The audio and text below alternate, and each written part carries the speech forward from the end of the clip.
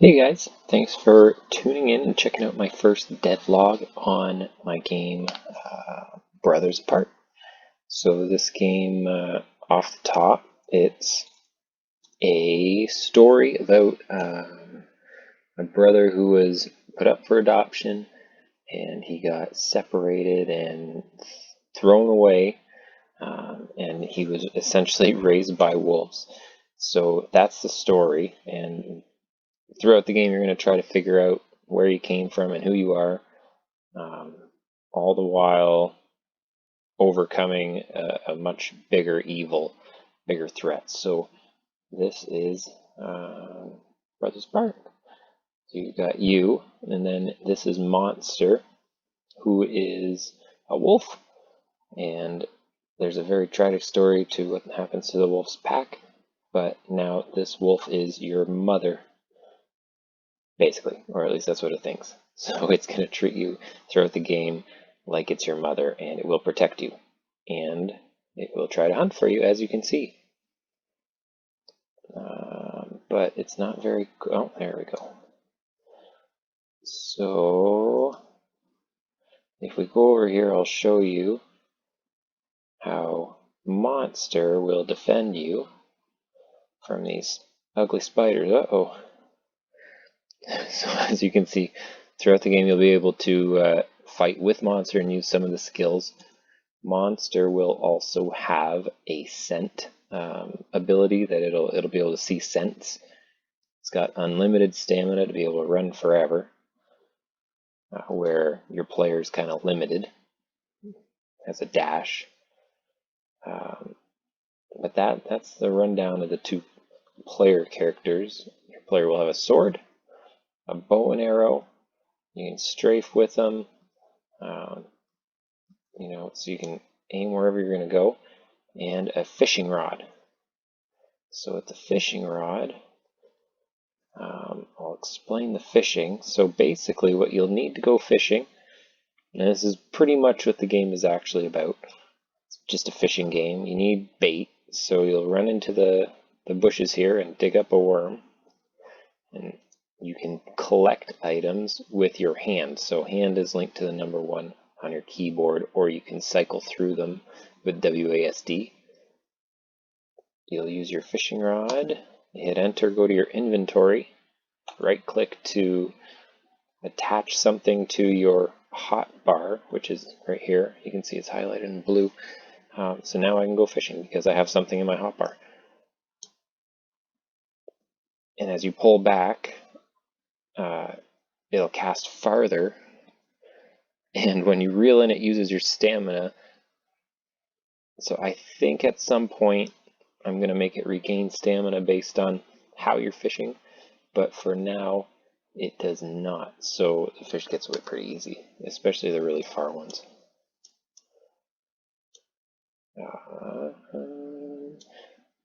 So let me just catch a fish here. And there's going to be, I want to say it was 14 different fish. But it'll lead into the next skill. And I say skill, but there's really no skill points. It's just things you can do. So you're able to harvest the fish or release it. If you release it, it doesn't actually go back, but it's just gone. Harvesting it gives you some nice raw fish in your inventory. So you can take the raw fish, use your hand over here. Hand is basically how you interact with everything, whether it's a sign or if you're picking up items on the ground. So we're going to go interact with our campfire here. You can see now we can cook, whether it's soup. Soups use gourds of water. I imagine that's probably what they did 1,000 years ago, but I don't know. I wasn't there. So we're going to just cook fish. So now we've got fish. And that leads me to the hunger and the thirst. So you've got your hunger and thirst over here. It will deplete throughout the day. I think it's a day and a half before your thirst is gone and 3 days before your hunger is gone entirely. But fighting, running, all that stuff is going to slowly whittle you down a bit quicker. So if I eat it's going to regain some of my hunger. Thirst is a little bit easier. Drink your water gourd. Well, now it's empty. You can't drink it. So now I've thrown it on my hot bar. I can just go refill it.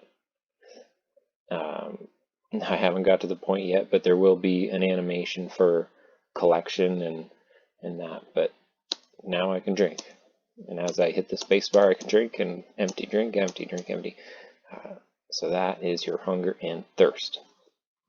Now another thing in this game will be night and day, and that's going to affect everything. So you can see these, there's a dragonfly. Night and day, you can see the clock running over there. Every 3 seconds is 1 minute. So every day is basically, I want to say it was 2 hours to run through 24 hours. I've got my debug mode on now, so I can just press the hour button here. And once it reaches 6 o'clock, the sun begins to set. And you'll slowly start to see, I'm going to speed it up because it's really slow, the lighting change. And as it gets to 7 o'clock is when your player lighting turns on. And I think this is something I'll probably change. Oh, there's a firefly too. Nice, we got some bugs in our inventory. Eventually I'm going to change it so this lighting is a little bit different, maybe a little more dim. But for now, it serves the purpose of just functioning.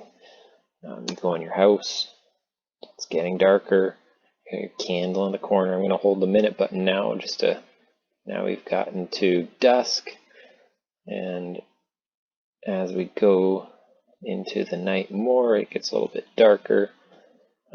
Too many minutes. And now it's basically full dark. You can see a candle, that's so sweet.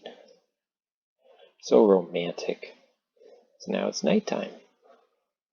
And at nighttime, eventually, again, this is kind of, I'm at about 15%, I would say 10 to 15% done. I've got all the maps made, I just haven't got, NPCs, dungeons, all that stuff made. So at night, you'll be able to go fishing for specific fish. When it's raining, I'm going to hit the rain button here. So we're turning on our rain. You can see every raindrop that destroys itself creates its own little splash there. When it's raining, there's going to be fish. When it's nighttime, there's going to be fish. And it all kind of ties together. Now, when I go inside, because it's raining, there's no rain anymore because we're inside, and that took a little bit of effort code-wise. So I'll go into bed. I'm going to sleep until morning. When you sleep, it simulates the lighting and the rain effect over the time that you're sleeping. So it's not just kind of a add to it with your time. It's not just changing the time. It's actually going through the rain cycle and the light cycle. So you could go to sleep raining and wake up when it's not raining. You could go to sleep when it's sunny and wake up and it might be raining. So now let's go to the town of Solace, which is the first town you'll encounter here. Okay, so I've explained pretty much everything so far, but combat is your sword, your bow, be able to fight stuff. Right now I've made it so that every room that you enter and leave, it's going to remain the same. You can see this mushroom here. I'm trying to point to the screen like a fool. The mushroom under that tree here that I took, it's now gone, and when I went in the house and came back, it's still gone. And I think I'll probably do that on a 3-day cycle to have everything refresh. Whether it's mushrooms or the grass over here, or the enemies you destroy, or the fish in the water, all of that stuff will be reset every few days. So I'm just going to go up to the South Trail, I think it's called. One thing I will do is have the title of every room you're in eventually say what room you're in. Here's a little treasure chest. Those are not yet linked to saving when you leave a room, but they will be. And this is tedious, so I'm going to actually just teleport. I'm going to hit the T button, and it's going to bring us to Solace. So this is the first town you'll encounter.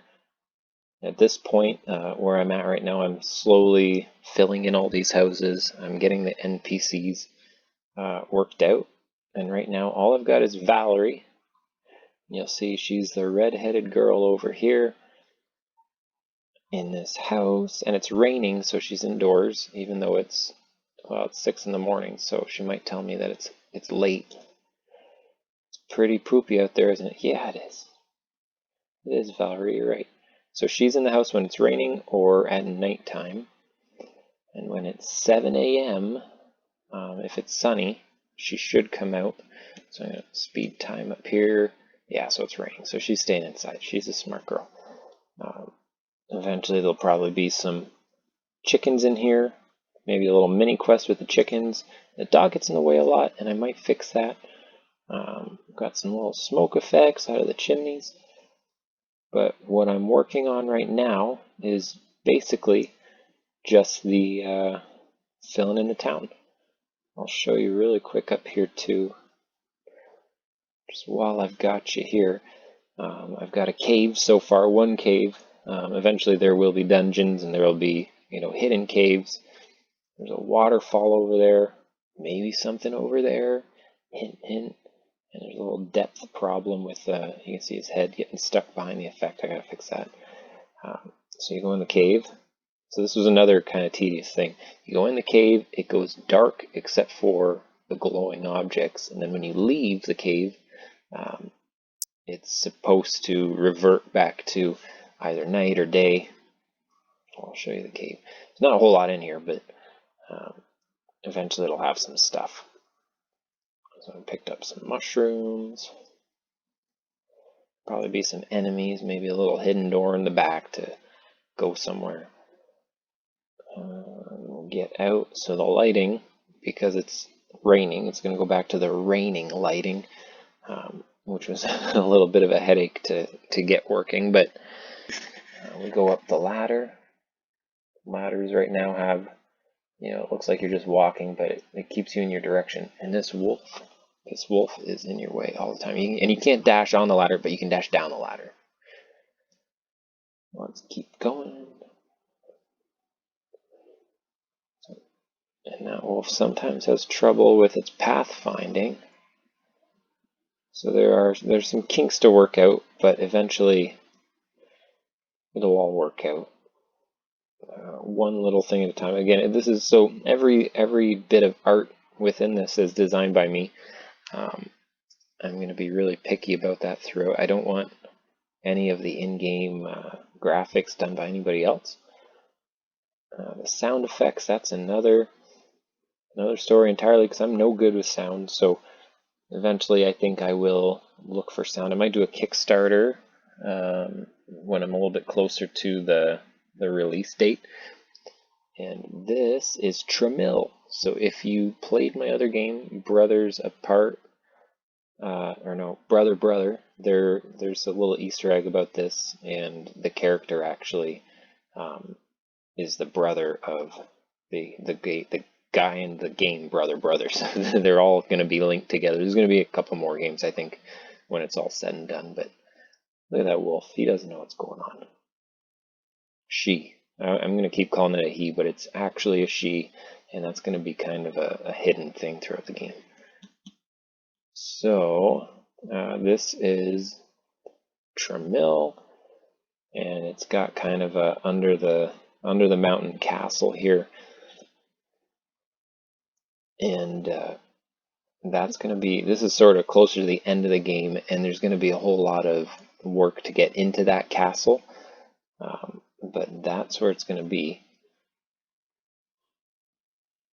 Down here, if you go west or left, it's Karth, which is kind of a mining town. If you go east, it's Wellwood, and that will bring, there's going to be a few towns, and every town's got its thing going on, but just a whole lot to explore. There's a beach area where you'll learn how to go fishing,